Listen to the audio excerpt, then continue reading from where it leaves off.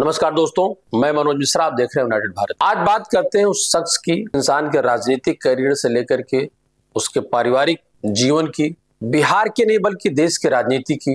देश आजाद हुआ, आजादी के बाद कांग्रेस संगठन से सरकार बनी, लेकिन जब कांग्रेस की विरोध की बात आई तो सबसे ज्यादा अगर ज्वलनशील मुद्दा कह दें या कांग्रेस की नीतियों को विरोध करने की लौ अगर कहीं से निकली तो बिहार से निकली। लोहिया आंदोलन आप सबको अच्छे से याद होगा। डॉक्टर राम मनोहर लोहिया इंदिरा जी के बिल्कुल खिलाफ थे। इमरजेंसी का जेल हो, पक्ष के बाद विपक्ष की राजनीति, जनता पार्टी की बात कर ले, जनता पार्टी की बात जनता दल की बात कर ले, बीपी सिंह की बात कर ले, या ये कहिए बीपी सिंह तो चूंकि कांग्रेस में थे, कांग्रेस से अलग होकर उन्होंने पार्टी बनाई।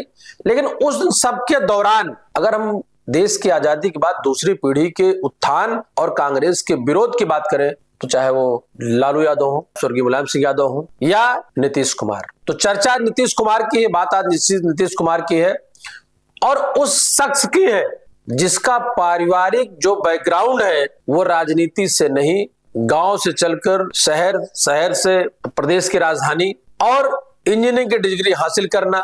लेकिन छात्र जीवन से ही लोहिया आंदोलन या लोहिया के विचारों से प्रभावित वो शख्स जो बिहार की राजनीति को कम से कम विगत 25 वर्षों में मुट्ठी में रखा, लेकिन 40 वर्षों तक उसके इर्द गिर्द घूमते रहे। जैसे दिल्ली को भी नचाया, जब चाहा पाला बदला। ये मुद्दा, ये इस पर आपने करंट खबरें बहुत देखी होंगी, आप विगत एक सप्ताह में देख ही रहे होंगे, बेटे शांत कुमार को लेकर के, उनकी सदस्यता ग्रहण करने को लेकर के। लेकिन अगर आप बिहार की राजनीति में बात करेंगे तो नीतीश कुमार, स्वर्गीय रामविलास पासवान और लालू यादव आकंठ भ्रष्टाचार में डूबना, पारिवारिक रूप से पत्नी को मुख्यमंत्री बनाना, बेटे को उप मुख्यमंत्री राजनीति में लाना, बेटी को सांसद और विधायक बनाना, ये सब सारे आरोप उन पर लगते रहे। सजायाफ्ता भी हुए, चारा घोटाले में उनको सजा भी हुई, जेल भी गए, जेल से बाहर आए मेडिकल कंडीशंस पे। लेकिन नीतीश कुमार जिन बातों को बिंदुवार विरोध करते रहे, एक समय था जब वो परिवारवाद को लेकर के बहुत मुखर थे, समाजवाद को लेकर के, अति पिछड़े और पिछड़े के आंदोलन या मंडल कमंडल को लेकर के, जनता पार्टी या भारतीय जनता पार्टी के विचारों से अलग थलग होने के बावजूद या जुदा विचार होने के बावजूद उस सरकार में मंत्री रहे, रेल मंत्री रहे। 2005 से 2026 आपने देखा होगा, जो 2025 का चुनाव हुआ विधानसभा, तो एक नारा था 25 से 30 फिर नीतीश। भारतीय जनता पार्टी उनकी बी टीम के तरीके से काम करती रही, लेकिन इस बार का जो परिणाम आया, अप्रत्याशित परिणाम, बाकी सबके डिब्बे गोल और नीतीश कुमार से 21 या बड़े भाई की भूमिका में बिहार में ही भारतीय जनता पार्टी हुई जो उसका सपना था। मित्रों, ये बातें आपको जानना इसलिए बहुत जरूरी है क्योंकि जब तक इस बात को नहीं समझेंगे तब तक ये बात नहीं समझ सकते कि नीतीश जी ने राज्यसभा की राह क्यों पकड़ी। आपको याद होगा वो पंजाब का मंच, अकालियों के साथ भारतीय जनता पार्टी की सरकार थी। मोदी जी गुजरात छोड़ दिल्ली की तरफ मुबान करने की पूरी तैयारी में थे, चल रहे थे, पूरी तैयारी हो रही थी और रात्रि का भोजन का इनविटेशन या पूरी तैयारी बिहार में हो गई थी। लेकिन नीतीश कुमार उस मंच से जब वापस पंजाब से पहुंचते हैं बिहार, तो वो उस भोजन को या उस संस्कारिक या ये कहिए उस मिलन को रद्द करते हैं। हमने वो दौर भी देखा है और हमने वो दौर भी देखा कि नीतीश कुमार मोदी के पैर भी छुए, उनकी तारीफ में इतनी गलबहियां की, इतनी बड़ी बड़ी बातें करते रहे। आपने कई बार सुना होगा, नहीं जाएंगे नहीं जाएंगे नहीं जाएंगे। अब ये नहीं जाएंगे, किसके साथ जाएंगे किसके साथ नहीं जाएंगे, पलटू चाचा की जो छवि बनी एक कद्दावर नेता से, बिहार के बदलने से। आप सोचिए, महिलाओं को लेकर के उन्होंने बहुत काम किया है बिहार में। शराबबंदी, जिससे रेवेन्यू या राजस्व का बड़ा असर पड़ता है, उसको बंद करना, उसको ये वो एक बहुत बड़ा प्रभाव था जिस नीतीश कुमार को स्वच्छ प्रशासन, जंगल राज के विरोध में, बिहार के बदलने को, बिहार को लेकर के, बिहारी अस्मिता को लेकर के ऐसा क्या हुआ कि एक निर्णय ने उनके इन सारी चीजों पर धूल डाल दी। उनके पुत्र अब तक राजनीति में, सक्रिय राजनीति में, क्या राजनीति में थे ही नहीं। और देखा जाए तो नीतीश कुमार पर भ्रष्टाचार का कभी कोई आरोप किसी भी पद पे रहते नहीं लगा, चाहे वो रेल मंत्री हो, चाहे राज्य मंत्री हो, चाहे वो लगातार 21 साल से मुख्यमंत्री हो, इन पर कोई आरोप इस तरीके का नहीं।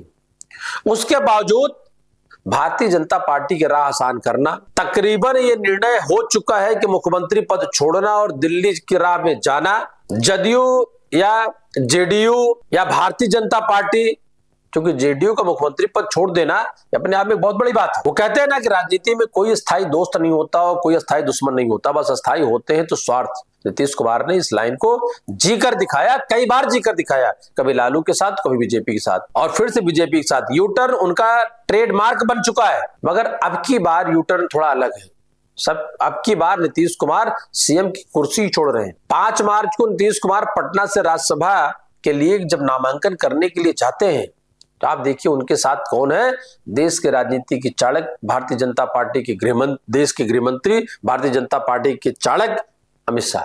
और सोशल मीडिया पर जो उनकी तस्वीरें हमको आपको देखने को मिली, चाहे वो बैठने को लेकर के, चाहे नामांकन को लेकर के, तो और उन्होंने जो बातें कही, मेरी हमेशा से इच्छा थी कि विधानसभा, विधान परिषद, लोकसभा और राज्यसभा चारों सदनों का सदस्य बनूं।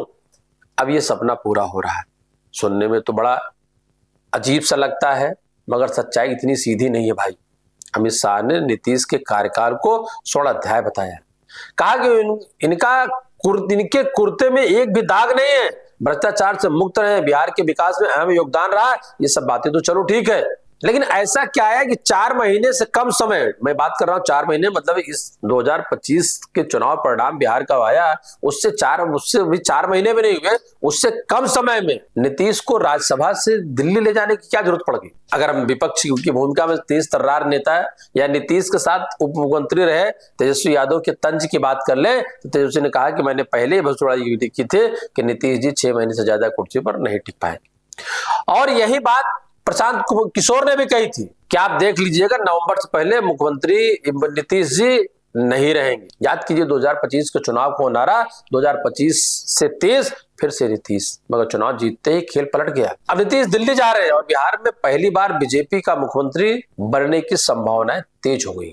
अब सबसे बड़ा सवाल यह है कि अगला सीएम कौन होगा। नित्यानंद राय का नाम चल रहा, सम्राट चौधरी का नाम चल रहा, दिलीप जायसवाल का नाम चल रहा, विजय सिन्हा भी इस रेस में। लेकिन मित्रों अगर हम बात कर लें छत्तीसगढ़, मध्य प्रदेश और राजस्थान या हरियाणा के परिणाम के बाद जिसका नाम चलता हो वो भारतीय जनता पार्टी में मुख्यमंत्री नहीं होता है। कोई ऐसा नाम होता है जो अभी आपने देखा होगा राष्ट्रीय अध्यक्ष के चुनाव में, कि मुझे तो नहीं लगता कि नितिन नवीन जी के बारे में किसी मीडिया ने या किसी ने कोई क्यास भी लगा रखा होगा, कोई संभावना भी व्यक्त की होगी। फिलहाल सम्राट चौधरी उप मुख्यमंत्री हैं जिनकी जातीय पृष्ठभूमि और नीतीश के साथ उनके संबंध बहुत मजबूत रहे। केंद्रीय मंत्री गिरिराज सिंह ने भी कहा है कि नया मुख्यमंत्री नीतीश जी की मर्जी से बनेगा। मगर एक नाम और है, अचानक सुर्खियों में आ गया, निशांत कुमार। नीतीश कुमार के इकलौते बेटे निशांत कुमार 20 जुलाई 1975 को पटना में जन्मे। पिता इंजीनियर, मां शिक्षिका, खुद भी सॉफ्टवेयर इंजीनियर है, बिट मिश्रा से डिग्री ली, मगर राजनीति से बहुत दूर रहे। 2007 में जब मां मंजू सिन्हा का निधन हुआ तो निशांत ने कहा कि मुझे राजनीति में कोई रुचि नहीं है, मैं आध्यात्मिक जीवन जीना चाहता हूं। मगर समय बदलता है, परिस्थिति बदलती है, समय के साथ इरादे भी बदलते हैं। 2024 में निशांत अचानक पिताजी के साथ सार्वजनिक कार्यक्रमों में दिखने लगे। 2025 के चुनाव में मीडिया के सामने आए, लोगों से अपील की पिता को वोट दें। और मित्रों जब 6 मार्च को निशांत कुमार ने औपचारिक रूप से जदयू की सदस्यता ले ली, पार्टी के नेता शुभ मुहूर्त का इंतजार कर रहे थे, दोपहर 1:35 सदस्यता दिलाई गई तो चर्चाएं पूरे देश में गर्म हो गई। मंत्री श्रवण कुमार ने कहा कि बिहार के नौजवान, प्रगतिशील लोग और जदयू के सभी नेता चाहते थे कि निशांत सक्रिय राजनीति में आए और हम सबकी बहुत लंबे समय से मांग थी। अब सवाल उठता है कि क्या निशांत कुमार उप मुख्यमंत्री बनेंगे या पूरी जिंदगी जो कमाई नीतीश जी ने इकट्ठा की, संजो कर रखी, परिवारवाद पे लगातार प्रहार करते रहे, अब वो क्या जवाब देंगे। और राजनीतिक विश्लेषकों की बात कर ले तो जदयू को नई सरकार में 2 उप मुख्यमंत्री मिल सकते हैं, एक निशांत कुमार और दूसरे विजय कुमार चौधरी। मगर कुछ लोग कहते हैं कि परिवारवाद के आरोपों से बचने के लिए निशांत को अभी आगे नहीं लाया जाएगा, पहले संगठन के काम करेंगे, जमीनी अनुभव लेंगे, फिर आगे बढ़ेंगे। दिलचस्प बात यह है कि निशांत की संपत्ति उनके पिता से तकरीबन 5 गुना ज्यादा है। संपत्ति लगभग 3.5 करोड़ के आसपास, जिसमें नालंदा में कृषि भूमि, बख्तियारपुर में पैतृक गांव, पैतृक मकान, पटना की कंकड़बाग में प्लॉट शामिल।